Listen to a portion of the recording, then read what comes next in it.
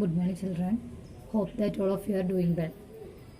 In the previous video, we have discussed about electromagnetic radiation and the nature of electromagnetic radiation and the wave nature of electromagnetic radiation.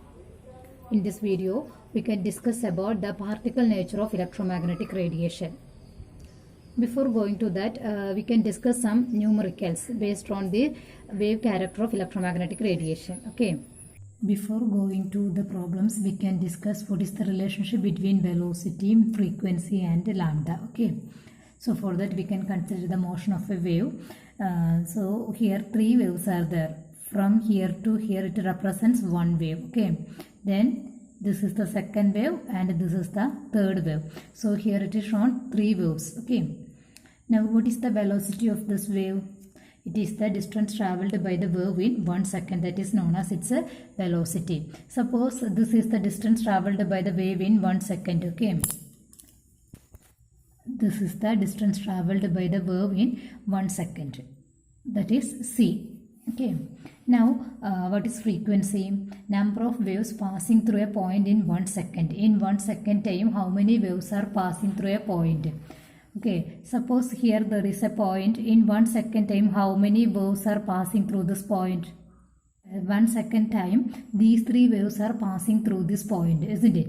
Three waves are passing through this point. Now, what is lambda? Lambda is the distance between two adjacent crust or trough. That means this distance, that is known as lambda. Okay, so here, how many lambdas are there? This much distance means here half lambda and here 1 lambda, here also 1 lambda and here half lambda. So total 3 lambdas are there, isn't it? So that is the what is the total distance travelled by this wave in 1 second time? That is c. So the velocity c is equal to 3 lambda. And what is this 3? 3 lambda. And what is this 3?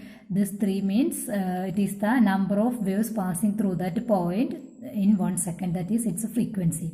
So 3 is the frequency, isn't it? So c is equal to 3 into lambda means 3 is the frequency. So we can write c is equal to nu lambda. C is equal to nu lambda. That is the relationship between velocity, frequency and lambda. From this equation, how can you find out the equation for nu? Nu is equal to c by lambda. C is equal to nu lambda or nu is equal to c by lambda. Now we can discuss about these numericals. The first one is the wave number of a beam of light is 400 cm raised to -1. What is the wavelength of light in nanometers? Also find out the frequency of light. Okay, so first we have to find out the wavelength in nanometers, then we have to find out the frequency. Okay, so here the wave number is given, that is 400 cm raised to -1. So we can write nu bar. Nu bar is equal to 400 cm raised to -1 and we know that nu bar is equal to 1 by lambda. From this we can calculate lambda. Lambda will be equal to 1 by nu bar. Just substitute the value, that is 400. 1 by 400, that is equal to 2.5 into 10 raised to -3 centimeter. Okay, so here we got the wavelength in centimeters, that we have to convert it into nanometer. How can we convert? We know that 1 nanometer is equal to 10 raised to -7 meter. -7 centimeter. Okay. 10 raised to -7 centimeter. 1 nanometer is equal to 10 raised to -7 centimeter. So to convert centimeter into nanometer, we have to multiply with 10 raised to 7. And so that is equal to 2.5 into 10 raised to 4 nanometer. Okay. So we got the wavelength in nanometer. Then we have to calculate the frequency. We have studied the relation C is equal to nu lambda. So nu is equal to C by lambda. C, we know that the velocity of electromagnetic radiation is equal to velocity of light, that is equal to 3 into 10 raised to 8 meter per second. Okay, so nu is equal to C by lambda, that is C into 1 by lambda. Okay, this C by lambda can be written like this, C into 1 by lambda, and we know that 1 by lambda is equal to nu bar. So instead of writing C into 1 by lambda, we can write C into nu bar. Okay, nu is equal to c by lambda, that we can write like this, c into 1 by lambda, that is equal to c nu bar, and c is equal to 3 into 10 raised to 8 into, that is in meter per second. Here the nu bar, that is wave number, is given in centimeter, so here also we have to convert this meter into centimeter. For that here we are multiplying with 10 raised to 2. Okay, so 3 into 10 raised to 8 into 10 raised to 2 into 400, that is nu bar, that is equal to 1.2 into 10 raised to 13 per second. Now the second one is calculate the frequency of IR radiations having wavelength equal to 3 into 10 raised to 6 nanometer. Okay, so here we are given the wavelength lambda, that is in nanometers. We have to calculate the frequency, that is direct application. Lambda is equal to 3 into 10 raised to 6 nanometer, that we have to change it into meter. So we have to multiply with the 10 raised to minus 9. Okay, so 3 into 10 raised to 6 into 10 raised to minus 9 is equal to minus 3. 3 into 10 raised to minus 3 meter. That is the wavelength. So using that we can find out the frequency. Nu is equal to c by lambda. C already we know, 3 into 10 raised to 8 meter per second, divided by lambda 3 into 10 raised to minus 3 meter. It is equal to 10 raised to 11 per second. Okay. Now the next one is calculate the wave number of a radiation having frequency is equal to 4 into 10 raised to 14 hertz. Here the frequency is given. We have to calculate the wave number. So wave number we know that it is equal to 1 by lambda. So we know that c is equal to nu lambda, or lambda is equal to c by nu. Lambda is equal to c by nu, isn't it? So 1 by lambda means its reciprocal, that is nu by c. So nu bar is equal to 1 by lambda, that is equal to nu by c. Then we can substitute the values. Nu is given here, that is frequency 4 into 10 raised to 14 per second, divided by c 3 into 10 raised to 8 meter per second. When we are simplifying, we will get 1.33 into 10 raised to 6 meter raised to minus 1. Okay. Wave theory of light, or a wave theory of electromagnetic radiation, could explain the phenomena like diffraction or interference shown by light. But it couldn't explain the phenomena like photoelectric effect and black body radiation. Because of that, some other scientists, they thought about another character of light or electromagnetic radiation, that is the particle character of electromagnetic radiation. Okay, so first we have to study what is this black body radiation and what is this photoelectric effect. Okay, first we can discuss about black body radiation. A black body means it is a perfect absorber and emitter of all radiations. That means a body which can absorb all radiations and which can emit all radiation can be called as a black body. And it is an ideal condition. In reality, no such bodies are there. No any substance can absorb all the radiation, and no any substance can emit all the radiations. So it is an ideal condition. No such bodies are there, or no such black bodies are there in reality. Okay, so it is an ideal condition. But when we are considering this iron rod, that is almost can be considered as a black body. And when we are heating this iron rod, have you observed what is happening?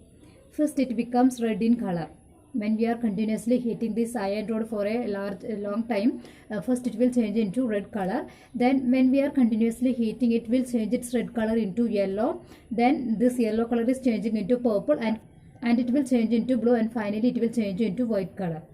Okay. Then why this color change happens? That was not explained by this wave theory of electromagnetic radiation. When the color changes, that means first when we are heating the iron rod, it is changing into red color, then it is changing into yellow color, then it is changing into purple, and then to blue, last into white, isn't it? So when this color change happens, we can see that the wavelength of the radiation is decreasing. We know that red color is having the maximum wavelength. Then when we are going to yellow, the wavelength decreases. Then when we are going to purple, again the wavelength decreases. So when we are increasing the temperature, the wavelength is found to be decreasing. Okay, that means the frequency is increasing. When we are increasing the temperature, the frequency is found to be increasing.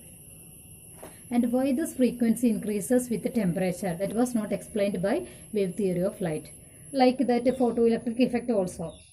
Photoelectric effect means frequency. When a radiation of a particular frequency falls on some metal surface, electrons are emitted from that metal surface.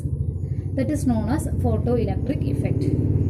When a radiation of a particular frequency is hitting on a metal surface, electrons are emitting from that metal surface. That is known as photoelectric effect. Okay, and this photoelectric effect or the ejection of electron is happening only when a radiation of a particular frequency or frequency higher than that particular frequency hitting on that metal surface.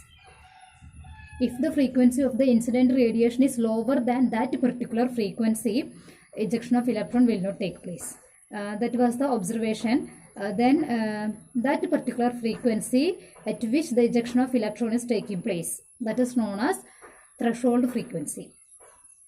So if the frequency of radiation is lower than this threshold frequency, ejection of electron is not taking place. Some of the observations related with the photoelectric effect are 3 points are there. That is, the first point is for a particular metal there is a minimum frequency below which no photoelectrons are ejected. Okay, so for a particular metal, if a radiation having a particular frequency falls on that metal, the electrons are ejected. And if the radiation falling on that metal surface is having a lower frequency than this threshold frequency, no electrons are emitted. Okay, so that minimum frequency at which the ejection of electron taking place, or above which the ejection of electron taking place, that is known as the threshold frequency. It is depending upon the threshold frequency is depending upon a metal and depends upon the nature of the metal. For different metals, the threshold frequency will be different. Okay. Now the second point is that if you are using highly energetic or the radiations having higher frequencies, the energies of the ejected electrons will be higher. So the energies of the ejected electrons are depending upon the frequency of the incident radiation. As the frequency of the incident radiation is increasing, the energy of the ejected electron also increases. Then the third observation was that the number of electrons emitted is depending upon the intensity of the radiation. The number of electrons emitted is depending upon the intensity of the radiation. It is independent of the frequency of the radiation. Then what do you mean by this intensity? Intensity means the color. We are having light color and dark color, isn't it? So the number of electrons are depending upon the intensity. That means if you are using blue light, dark blue light and light blue light, the number of electrons ejected will be more in the case of dark blue light. Okay, so as the intensity of the radiation is increasing, the number of electrons emitted also increases. These were the 3 observations related with this photoelectric effect. And using the wave theory of electromagnetic radiation, these 3 observations were not explained. So in order to explain that also, a new theory was put forward, that is known as Planck's quantum theory of radiation. So in order to explain the photoelectric effect and the black body radiation, a scientist known as Max Planck, he put forward another theory, that is known as Planck's quantum theory of radiation, and it was proposed in 1901. And according to Max Planck, a hot body is emitting energy not continuously but discontinuously in the form of small packets. A hot body is emitting energy in the form of small packets, and each packet is known as quantum, or it is also known as photon. If the electromagnetic radiation is visible light, that packet of energy, each packet of energy can be called as a photon. For all other electromagnetic radiation, each packet is known as quantum. Okay, so any hot body is emitting energy not continuously but discontinuously in the form of small packets, and each packet is known as quantum. Okay, that is the first point. And the second point is that the energy associated with each packet or the energy associated with each quantum is directly proportional to its frequency. The energy of each packet is directly proportional to its frequency. So we can tell that E is directly proportional to nu. E is directly proportional to nu. To remove that proportionality sign, we have to multiply with a constant. So we can write E is equal to h nu. H is known as Planck's constant and its value is equal to 6.625 into 10 raised to minus 34 joule second. That is the value of Planck's constant. Okay. So according to Max Planck, a hot body is emitting energy in the form of small packets, and the energy of the small packet is directly proportional to its frequency. E is equal to h nu. And the third point is that the total energy emitted by a hot body will be equal to an integral multiple of h nu. Okay, the total energy emitted by a hot body will be equal to an integral multiple of h nu. That means we have to multiply h nu with any number, and that number can be taken as n. So we can write E is equal to n h nu, where n is equal to 1, 2, 3, etc. So these are the points put forward by Max Planck. So according to Max Planck, energy is emitted from a hot body in the form of small packets, and each small packet can be considered as a particle. Okay, so this explains the particle nature of electromagnetic radiation. Clear that? So how this Planck's quantum theory was able to explain the photoelectric effect, that we can discuss in the next video.